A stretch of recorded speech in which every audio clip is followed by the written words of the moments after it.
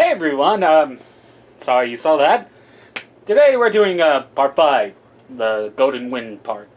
You know, the favorite part, my 7 or 4, you can argue which one you want in the comment section.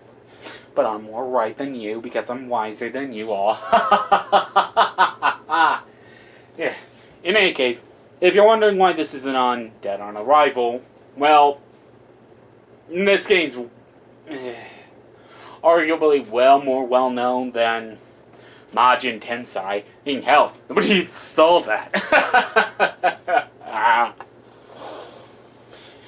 Though, in any case, today we're doing the Part 5 game on the ps2, which never got translated until sort of recently, I say.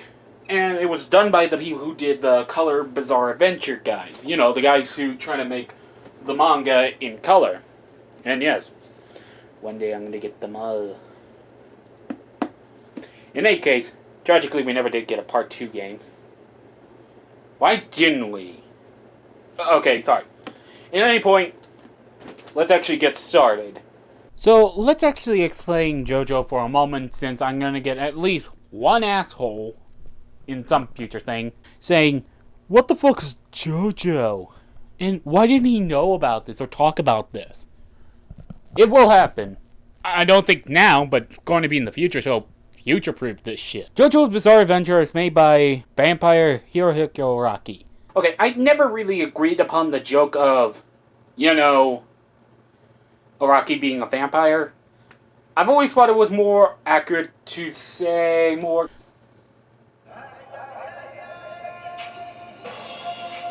I'm just saying, it makes more sense. Wait, hold on. Wouldn't it be... My God! An awakened Pillar Man! Good Lord! Is Hirohiko Araki that monstrous? Good fucking God! JoJo's Bizarre Adventure follows the story of the Joestar bloodline as they go against crazy bizarre adventures with crazy bizarre villain. I mean, like, that's the best way I could describe this series in a nutshell, and that would be the most concise way to do it. I know, so yeah, a lot of musical references. A lot of them. They're like everywhere in this entire series, like, no joke, too many. So, let's run down the plot for a little bit. This part follows a guy named Giorno Giovanna, which I at least want to call my kid have a middle name of Giovanna, because that sounds like so awesome, who wants to become a gang star. Yes, I know it sounds stupid, but whatever, it's still cool. So after a run-in from a member of Passione, he joins the gang to decide to kill the boss, so he can take over with the help of his allies. He plans to go against the boss, whose identity is hidden throughout most of the story, and his units. Yeah, that's pretty much the plot of this. Okay, people, I'm gonna say something here, since I think it would help me a lot more if I explain something that I think about Part 5. That Part 5, in my opinion, is sort of lacking. I mean, for fuck's sake, the team is basically a bunch of teenagers in a fucking gang. Even though that wouldn't make any logical sense because of their age. Seriously, Giorno's the youngest by 15. That means by logic, Koichi is older than him. I'm just saying. And bloody hell, the oldest one of them is a Baccio. This guy. And he was a fucking cop. And I must ask, the fuck? In fact, I must as well also add, I never really enjoyed Part 3 either. Except every scene with Lord Dio, because Dio is my Lord and Savior with Mara. The game's story is a basically rehash doing the manga story, though it takes out characters for some strange reason, and I will name them out as of now. That being, Kraftwerks. Yes, seriously, that's how it's spelled, though it's how it's also spelled by the band, so don't ask me. Soft Machine, Baby Feet, Metallica, yeah, the most interesting fight in the entire series, taken out, for some reason, whatever. The Clash, or the shark thing, because sometimes I forget it's called The Clash. Talking Heads, yeah, I know. But then again, this is weird. and I'll mention that, and Rolling Stones. Though I don't mind that one not being in there because it really doesn't matter, and what could one do with it? Though actually they could have made it in nope, I can't really see it. Sorry. The game separates the chapters in two styles. Either it's with combat or in the manga panel style. It's a bit odd at first, but something I don't mind entirely since it's kind of cool since the manga panels are done in the style of the game models. Weirdly enough, in these panels, some characters are either mentioned or just cameoed a bit, like Metallica, or yeah, he's there, but he does nothing else with his story. And hell, the only one who doesn't cameo here is Rolling Stone, but nobody really cares about him. Though you can see some of the ones that weren't there in gallery mode, which is kind of interesting at least. In any case, the gameplay is an odd beast to tackle since it's very unconventional, which, that's not a problem, it just feels incomplete, more than the story in some regard. So, let's go to gameplay. Okay, fights work as follows. In a fight, you got the square button to hit with a free hit, normal hit combo. With circle, you could dodge, the X button or the cross, kinda, what do we call that? I mean, like, seriously, we all call it something, but we never really have the distinct name. Whatever, I'm sorry, that was a tangent, but it just came to my mind. Being a character-specific move that is different from one character to another. For example, Giorno, when he uses the X button, I shall call it that for now, can make a tree that, if hit, will reflect the attack to the opponent, which is like the manga, which is kind of cool. Or Bruno being able to sucker punch a fool, which that's always funny.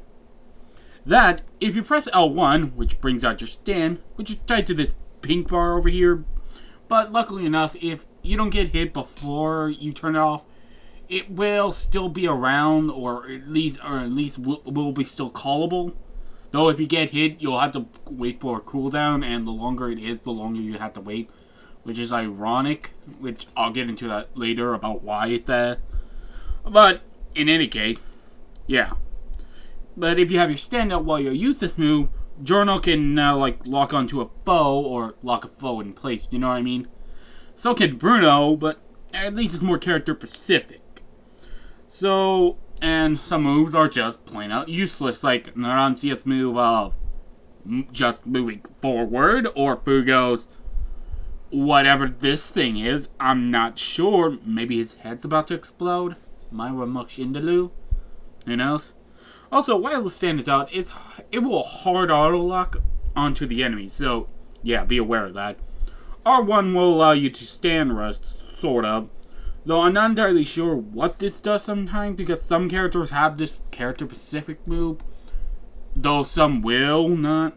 Like, 4 characters who I know for a fact can do it are, well, the 3 I mentioned up there, and Trish. Oh, Trish is the boss's daughter, so, don't worry about that.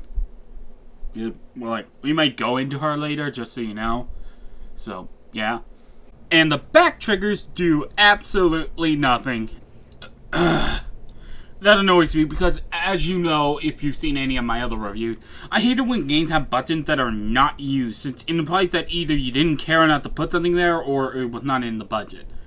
Which I rather think it's the first one than the latter, because sometimes the latter does happen. I'm just saying, it annoys me. But I see there's something that could have been there. A fucking guard button. Seriously, why do action games either make it either useless or not even possible to block? Seriously, think about the last time you used a block in a game. That was not a fighting game, mind you. I'm going to talk about now a few of the main problems now, since I might as well get them over with. Yeah, this game has a real problem of difficulty, because most of these fights are really hard. Well, I say really hard, only due to because, if you're not a fan, it's going to be harder for you because of a thing called the secret factor.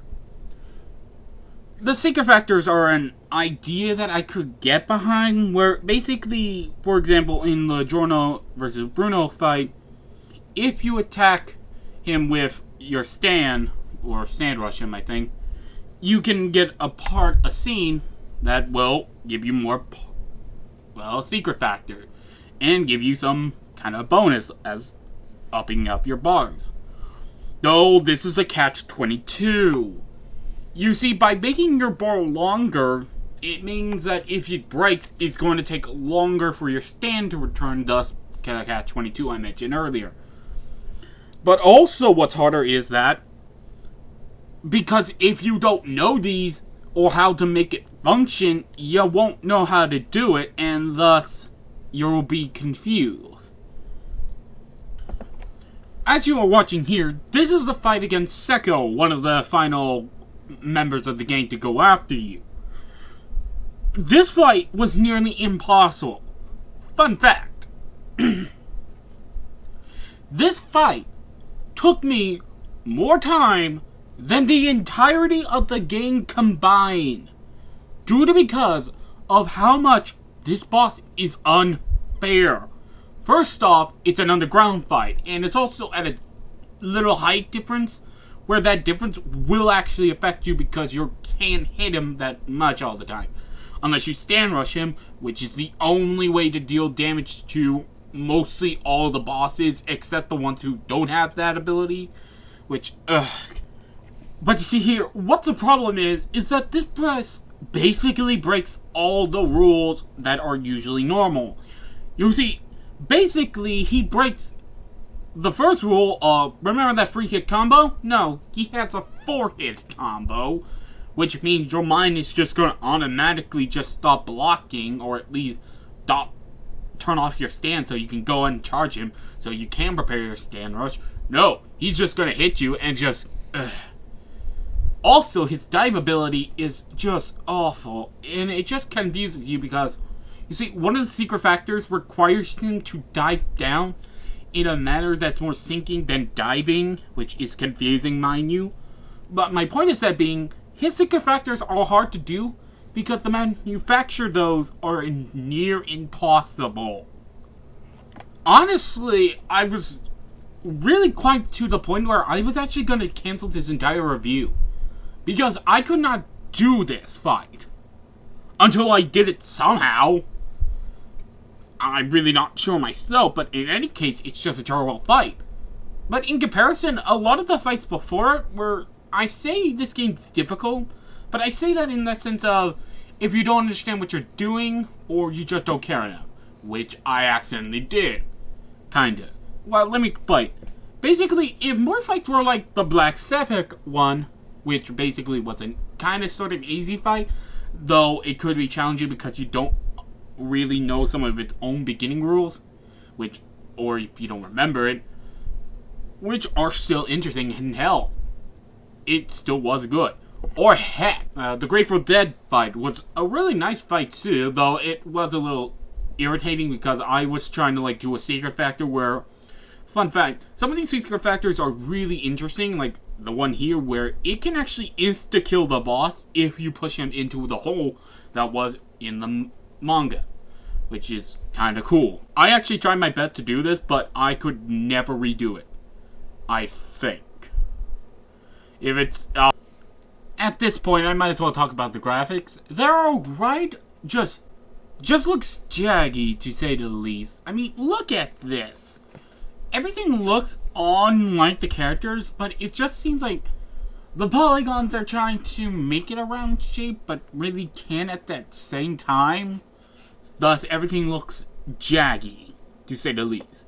Though, it still looks fine, and I can get over it. It's just a thing I'm just noting. Musically, I can at least say that it's really well done. I didn't hate anything, but it's all, again, that type of music that you're not going to remember the next time you hear it. Though I will say it was kind of cool for them to do this. Basically, as it did follow the original plot of, well, JoJo, Part 3, basically Polnareff's in here too. Meaning his theme path from Heritage of the Future was also ported over here, which is kind of cool. That was just funny. Okay, sorry. And his theme was actually pretty good. And it's a remake, well, update remix, whatever the hell you call those.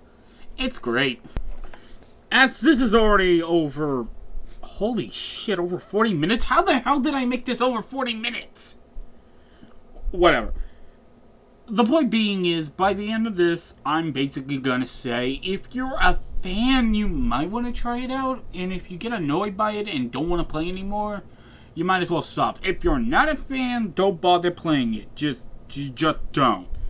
You're gonna have a bad time experiencing it. You're going to be more confused than anything, because it really cuts down a lot of stuff just to simplify everything, thus meaning you're going to lose some context. But whatever. Next time, Gungrave.